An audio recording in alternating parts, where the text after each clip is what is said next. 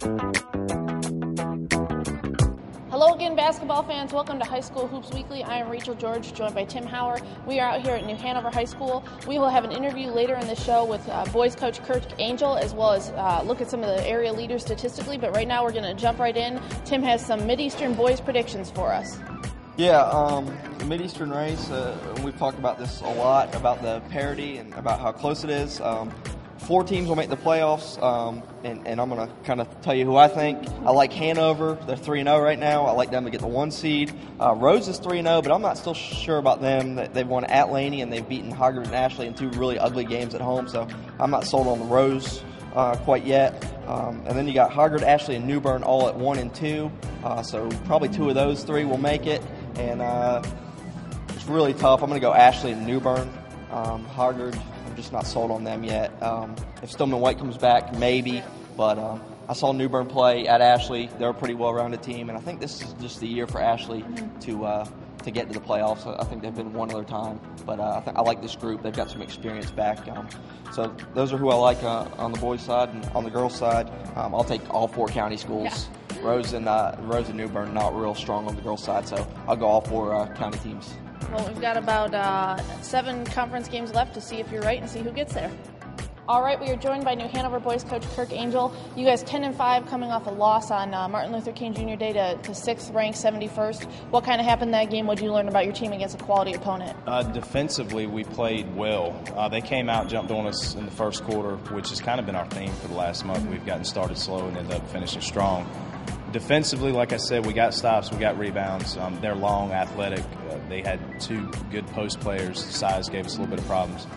Offensively was the worst night shooting the 2 years that I've been the head coach here, and probably the 5 years I've been involved in the program. It's like I told my assistant and Coach Moore, the athletic director, the next morning, I said if we were staying on the beach, we couldn't throw it in the ocean. It was just one of those nights, nothing was falling. You guys are 3-0 in the conference, and we've talked, I know you and I have talked about kind of the parity and how tough it is.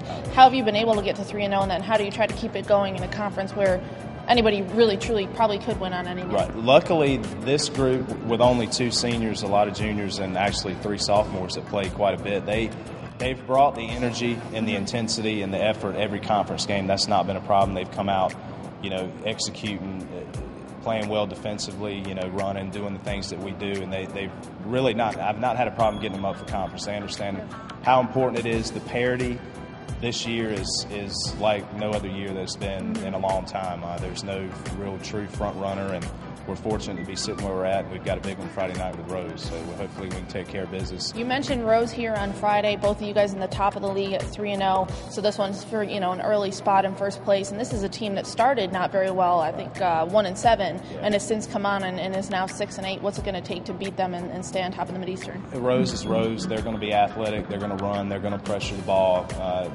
They've got the big kid in the middle. That's a good shot blocker. He's pretty sound offensively. We just got to do a good job of post defense. Take shot selection is going to be key Friday night. Running an offense, taking good shots, defending. If we can do those things and try to take the big kid out of this game, I think we'll be fine. All right, thanks, Kirk. I appreciate it.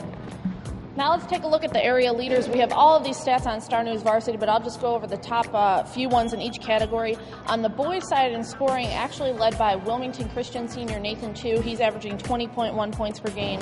Followed up by Pender junior Addison Spruill. He's at 19.2. And New Hanover senior Cole Daly. He's got 18.3. Some of those names appearing again in our top rebounders. Daly and teammate Detuan Rogers, 2 seniors for New Hanover, both averaging 9 rebounds a game. And Addison Spruill again in the top, 8.2 rebounds per game.